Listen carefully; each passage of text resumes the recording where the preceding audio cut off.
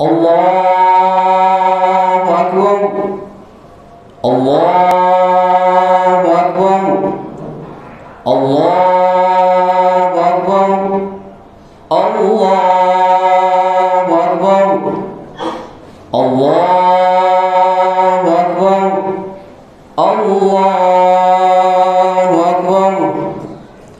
Allahu Akbar. Allahu Akbar. Allahu Akbar. Allahu Akbar kabira, walhamdulillahi katsira, wa subhanallahi bukratan wa asila. La ilaha illallah, wallahu akbar. Allahu akbar, walillahil hamd. Alhamdulillahilladzi wa'ada al-mazida liman syakara ala ni'maihi wa aw'ada al-adaba al-alima liman kafara bi ayatihi. Asyhadu an la ilaha illallah wahdahu la syarika lah, al-malikul haqqul mubin. Wa asyhadu anna sayyidana Muhammadan abduhu wa rasuluh, as-sadiqul wa'dil amin, addal amanah wa nasaha al-ummah wa kashafa al-gummah wa jahada fillahi haqqa jihadih. Allahumma salli wa sallim ala sayyidina wa habibina wa syafi'ina wa qurrati a'yunina sayyidina Muhammadin wa ala alihi wa ashabihi wat tabi'in lahum bi ihsanin ila yaumi liqa'i. Amma ba'd, faya ayyuhal muslimuna rahimakumullah, ittaqullah fa inna taqwa madar kulli sa'adah, kama anna ittiba'al hawa ra's kulli syaqawah. Fattaqullah faqad fazal muttaqun. Faqala ta'ala fi muhkami tanzilih, wa man yattaqillah yaj'al lahu makhraja wa yarzuqhu min haitsu la yahtasib. Shadaqallahul azim wa ballagha Rasulullah sallallahu alaihi wasallam. Ma'asyiral muslimin, jamaah salat Idul Adha yang dirahmati Allah Subhanahu wa taala. Seorang sufi besar dari Mesir, pembangun thariqah ketiga Sadiliyah setelah Al-Imam Abu Hasan As-Sadili meninggal dunia, digantikan oleh khalifahnya Abul Abbas Al-Mursyid. Kemudian digantikan oleh khalifahnya Al-Imam Ahmad bin Atha'illah As-Sakandari. Al-Imam Ahmad bin Atha'illah As-Sakandari dalam kitab hikamnya, beliau menyatakan, man lam yashkurin ni'am faqad ta'arrada bizawaliha, wa man syakaraha faqad qayyada biiqaliha. Barang siapa yang tidak pandai menjaga nikmat, tidak pandai mensyukuri nikmat karunia dari Allah, sungguh dia telah berusaha, telah mendorong agar nikmat yang ada pada dirinya hilang. Namun bila seorang itu pandai menjaga nikmat karunia dari Allah Subhanahu wa taala, sungguh dia telah mengikat dengan ikatan yang sangat kencang. Allahu akbar, Allahu akbar, walillahil hamd.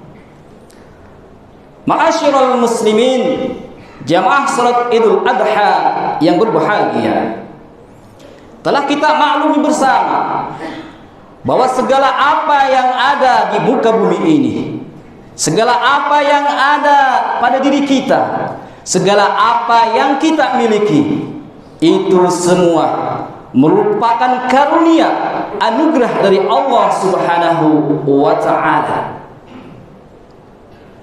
Mulai kita dalam perut ibu kita diberi nikmatul ijad, kemudian kita terlahir ke dalam dunia ini, kita diberikan nikmatul imdad, menghirup oksigen dengan gratis, makan dengan enaknya, walau dikata pandemi telah melanda dunia ini 2 tahun lebih, tapi alhamdulillah sampai saat ini kita masih diberikan kesehatan, makan dengan nikmat, sekali sehari 3 kali, bahkan masih belum ditambah somai, bakso dan lain sebagainya. Nikmat kita hidup semua. Maka oleh sebab itu, andai kita menghitung satu saja nikmat dari Allah, satu saja nikmat, wa in ta'udu ni'matallahi la tuhsuha, maka kita tidak mampu untuk menghitungnya. Coba pagi hari kita menghirup kopi, begitu nikmatnya. Kita hitung satu nikmat kopi itu saja, apakah kita mampu menghitungnya? Berapa takaran airnya? Berapa biji kopinya? Berapa gulanya? Siapa yang menanam kopi itu? Siapa yang menghantarkan kopi itu sampai kepada kita? Satu aja nikmat yang kita dapatkan, kalau kita hitung, maka kita tidak akan mampu menghitungnya. Maka oleh sebab itu, sering kita mendengar di kalangan orang awam, ketika mendapatkan nikmat kita ucapkan alhamdulillah, itu sudah bagus. Namun hakikatul syukri, syukur yang sebenarnya bukan hanya dengan ucapan, karena syukur ada syukur bil qalbi, syukur bil jawarih, ada syukur bil lisan.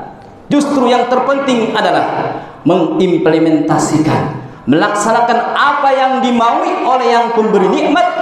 Itulah hakikatul syukri. Aneh sekarang kita sehat, kemudian Allah angkat kesehatan itu, kita menjadi sakit, tidak mustahil bagi Allah, karena sesuai i'tiqad Ahlus Sunnah wal Jamaah, Allah tidak wajib memberikan kita selamanya nikmat. Namun secara syariat, kalau kita pandai bersyukur atas nikmat itu, Allah berjanji, la in syakartum la azidannakum wa la in kafartum inna adabi lasyadid. Allahu Akbar, Allahu Akbar, walillahil hamd. Ma'asyiral muslimin, jamaah salat Idul Adha rahimakumullah. Hari ini kita berada pada hari raya Idul Adha, hari di mana kata baginda Rasulullah sallallahu alaihi wasallam, ma amila ibnu adam ahabba ilallah yauman nahri min ihraqid dam. Tidak ada amalan yang terbaik bagi seseorang yang berada pada hari raya Idul Adha yang dicintai amalan itu oleh Allah Subhanahu wa ta'ala, kecuali dia berkurban. Di dalam kitab Al-Yaqutun Nafis, andai seseorang pada hari ini dan 3 hari ke depan dia punya uang lebih dari uang belanja, semisal 4 juta. 4 juta itu apakah lebih baik diberikan ke fakir miskin atau kita berikan kambing? Maka di dalam kitab Al-Yaqutun Nafis disebutkan duit 4 juta itu lebih baik diberikan kambing untuk berkurban daripada disedekahkan. Di dalam Al-Qur'an, inna a'tainakal kautsar, sungguh salah satu dari tafsir Al-Kautsar adalah an-ni'amul katsir, nikmat yang banyak. Sungguh kami telah memberikan kepadamu wahai Muhammad, wahai kaum muslimin semuanya, nikmat yang banyak. Maka sebagai tanda syukur kita atas nikmat itu, fasholli li rabbika, salatlah kepada Tuhan. Alhamdulillah, kita sudah melaksanakan salat Idul Adha. Namun salat itu adalah sebagai bentuk kesalehan secara vertikal. Hubungan kita dengan Allah. Tidak cukup kesalehan seseorang itu hanya kepada Allah. Dia harus menjalin hubungan baik kepada sesama. Maka ayat lanjutannya adalah wanhar, berkurbanlah. Karena yakin seyakin-yakinnya dengan berkurban, bukan Allah akan mengambil harta yang kita miliki. Justru janji Allah, kalau kita berkurban artinya kita memberi sesuatu kepada orang lain. Yakin seyakin-yakinnya Allah yang maha pemberi akan menambah, memberi kembali nikmat yang ada pada diri kamu. La azidannakum, niscaya akan aku tambah. Di sini ada lam litaukid. La azidannakum, di sini ada nun litaukid. La azidannakum, di sini ada tasydid saqilatut taukid. Artinya kalau kita mampu memberi, Allah akan lipat gandakan pemberian kita itu. Allah akan ganti dengan 3 kali lipat. Kata baginda Rasulullah sallallahu alaihi wasallam, "Ma naqasa malun bi sadaqatin, bal yazdad, bal yazdad, bal yazdad." Tidaklah akan berkurang harta yang engkau infakkan. Justru apa yang kita keluarkan akan terus bertambah. Nabiullah Ibrahim alaihissalam, kalau kita cermati, beliau berkurban, bahkan tidak tanggung-tanggung, yang dikorbankan anaknya. Namun apa yang terjadi setelah Nabi Ibrahim pasrah? Allah tidak menghilangkan Ismail. Justru Ismail itu utuh, dan Allah ganti dengan kibas yang sangat besar. Ini pertanda, karena di sini ada kesyukuran. Kalau kita berkurban, niscaya akan Allah lipat gandakan nikmat itu. Ma'asyiral muslimin, jamaah salat Idul Adha yang berbahagia. Jadi kalau kita kaitkan, tarik ke dunia pendidikan, bahwa kurban itu serat dengan nilai-nilai karakter. Karakter yang pertama tadi, mendidik kita agar menjadi orang yang suka berbagi. Jauh dari itu, kalau kita telusuri sejarah tentang kurban yang terjadi pada Nabiullah Ibrahim alaihissalam dan Nabi Ismail alaihissalam, ada 2 dialog manusia termulia ini. Yang Nabi Ibrahim sudah sekian lama tidak punya anak. Ketika dikaruniai anak itu sudah mulai bagus-bagusnya, ganteng, cakep, usia 13 tahun. Falamma balagha ma'as-sa'ya qala ya bunayya inni ara fil manami anni adbahuka fanzur madza tara. Ibrahim mendapatkan perintah dari Tuhan untuk menyembelih Ismail. Namun Ibrahim alaihissalam sebagai orang tua yang bijaksana, sebagai orang tua yang pragmatis, dia tidak serta-merta ketika mendapat perintah langsung menyembelih putranya, tapi berdiskusi dulu dengan putranya Ismail alaihissalam. Ketika Ibrahim mengatakan, "Wahai putraku, aku disuruh menyembelih engkau, bagaimana pendapatmu?" Apa jawaban Ismail? "Ya batil alma tu'mar, satajiduni insyaallah minas sabirin." Wahai ayahku, jangan ragu, jangan gentar, laksanakan apa yang menjadi perintah Allah itu. Jawaban Ismail yang luar biasa ini yang sangat menakjubkan ini tidak serta-merta datang begitu saja. Ini merupakan hasil didikan Nabi Ibrahim yang sangat luar biasa. Kalau kita tarik kepada dunia pendidikan, ada nilai-nilai pola asuh yang teramat mulia yang dilaksanakan oleh Nabi Ibrahim alaihissalam. Banyak sekali. Namun pada kesempatan yang berbahagia ini, satu dari pola asuh yang diterapkan oleh Nabi Ibrahim alaihissalam adalah merupakan pola asuh yang sangat demokratis. Kalaulah seorang ilmuwan barat, Diana Bomrin, meneliti pada tahun 90-an tentang pola asuh orang tua modern seperti apa, dia menemukan ada 3 teorinya. Yang pertama,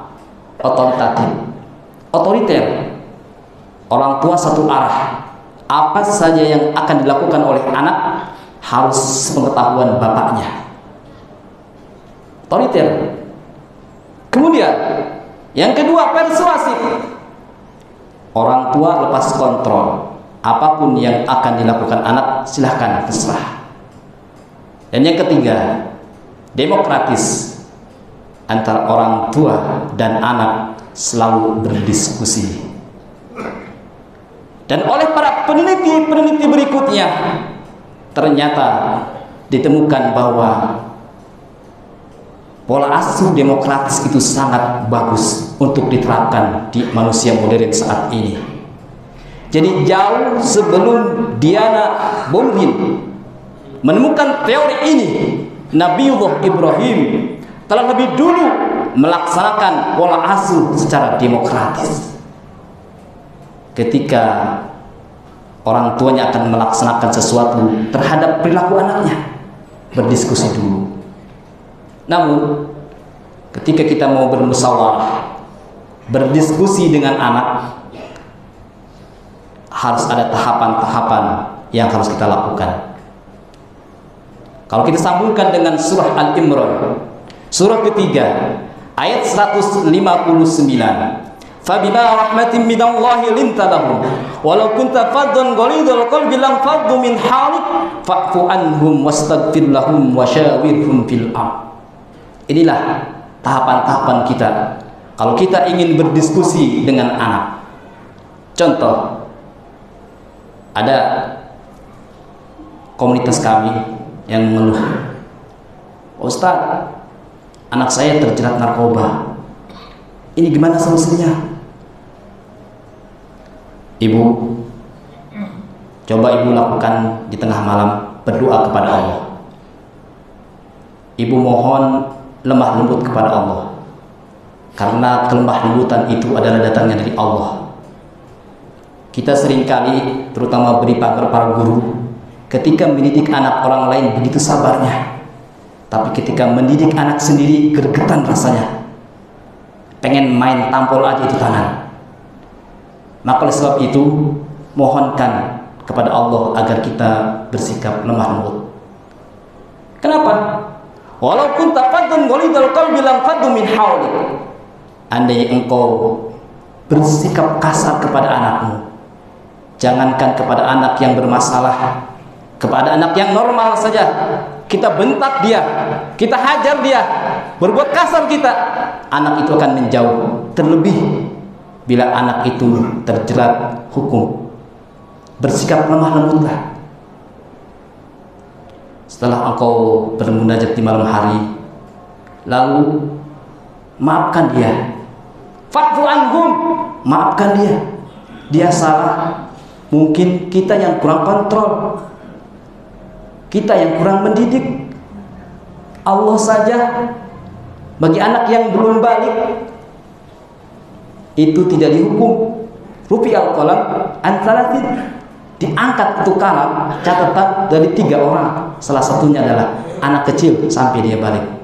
Kalau anak itu belum balik, jangan dihukum. Kesalahan dia, salah kita kurang mendidik. Fa'fu anhum, maafkan dia. Kemudian setelah kita memaafkan, wastaghfir lahum, mohonkan ampun kepada Allah. Kalau memang dia sudah dewasa, dia berdosa, mohonkan ampun kepada Allah, karena doa orang tua itu sangat mustajab.